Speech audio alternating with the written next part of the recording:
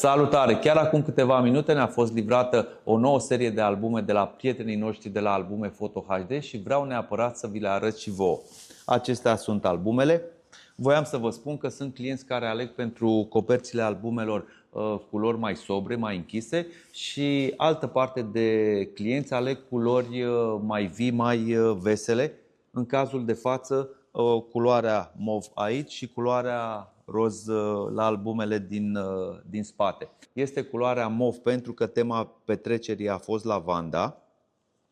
Și vreau să vă arăt aici câteva cadre de detaliu de la petrecere. Cu invitații, cu primirea invitaților, fotografii cu familia. Ea este micuța Sara, bunica, părinții.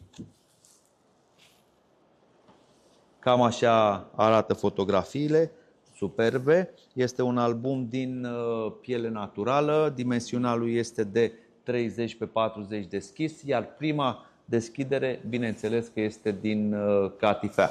Acesta este albumul de botez,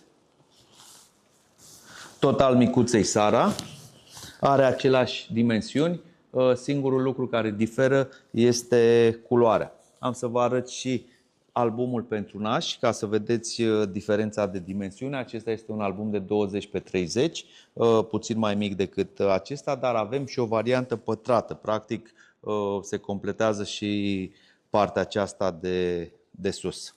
Acestea sunt albumele noastre pe care le oferim clienților. Le mulțumim celor de la Albume Photo HD pentru calitatea excelentă cu care ne-au obișnuit de fiecare dată.